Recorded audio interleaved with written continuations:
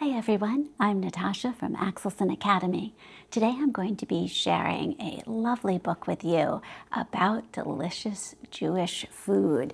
It's entitled 1, 2, 3, Nosh with Me. My family likes to eat yummy food together. Let's count them one by one. I'm buckwheat, come with me. One golden challah to celebrate Shabbat, yummy in my tummy. 2 fluffy matzah balls floating in my soup. 3 crunchy matzahs on the Seder table. Where's the afikoman? 4 cheesy kugels packed with oodles of noodles. Yum! 5 flaky knishes filled with mashed potatoes. Good. 6 crispy apples dipped in honey for a sweet new year. Shana Tova, Shana Tova. 7 sweet sufganiyot stuffed with tasty jelly. 8 chewy bagels topped with lots of schmear. 9 Hamantaschen, which look like fun pointy hats. And 10 crispy latkes served by candlelight. Oh, dreidel. Foods that are yummy in our tummy, foods that mean love, food that means family, and foods to celebrate what makes me me. He's dreaming of all those delicious Jewish foods and a bone. Now, if I were reading this with a little one and we finished reading the book, I would go back and I would follow our main character, Buckwheat the dog, on each page and have a really rich discussion about what Buckwheat is doing. So Buckwheat is in the kitchen at the beginning, and what clues here give me the impression that he's in the kitchen. And we can point out the faucet, and here's the stove and the tea kettle, so we know that that's where this is taking place. And it seems to make sense because we're reading about Nosh with me eating good food in the kitchen. And then I'd say, oh, I don't see our main character on this page, but oh, here is Buckwheat. And what is Buckwheat doing here? Well, he looks like he is stirring the matzo ball soup, and he has this special stirrer, this ladle, and we're developing that rich vocabulary because you need to dip into the soup with a ladle to put it in our bowl. And here are our matzo balls. Oh my goodness.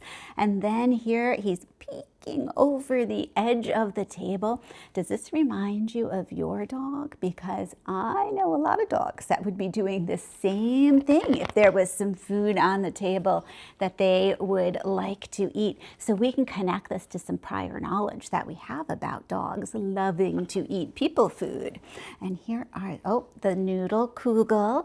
No buckwheat on that page, but oh my goodness, here is Buckwheat, and there's Buckwheat's tongue ready to lick the knishes. Oh, and it looks like one is falling off the plate right there. Do you think Buckwheat is going to eat this? And maybe they'll say, well, I don't think dogs really like potatoes, but maybe they think that the dog does, and you could have that discussion. And here is, oh, we know that Buckwheat is nearby here because I see Buckwheat's paw reaching in. And what is this here? So it talks about the apples. This must be the honey, and we have this special tool that we use to dip into the honey. And Buckwheat is here too, playing dreidel. This is a great time to have a discussion. What is a dreidel? And it's like a kind of top that spins. We might have to have that discussion too.